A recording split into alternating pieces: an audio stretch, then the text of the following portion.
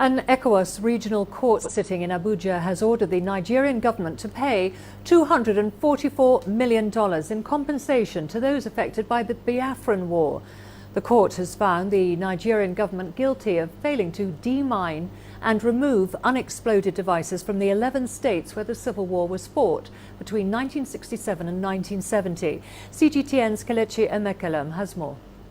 Applicants and defendants are all seated at the ECOWAS Community Court of Justice in Abuja, Nigeria's capital.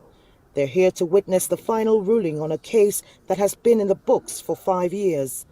It's a case that pitted the federal government against post-Biafran war claimants. Most of them have been maimed by mines and explosives left behind by the Biafran war.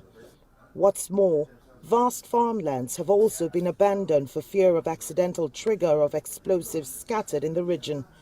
And finally, the government has not just agreed to rid the region of explosives, but also pay those who have suffered the consequences of a war 47 years after. Not only will there be compensation to people that lost their limbs, that were victims of various explosions, landmines, but also the farmlands will be cleared. The farmlands will be cleared of all these bombs. You know, for 40-something years now, majority of the farmlands in the southeast and south-south has laid fallow because of fear of explosion. Almost $140 million of the total award would be spent on compensation of war victims, and over $100 million would be spent on demining and destruction of unexploded ordinances. This is the only regime that had given life to the 3R, the reconciliation, reconstruction and rehabilitation. It has all been words and no action.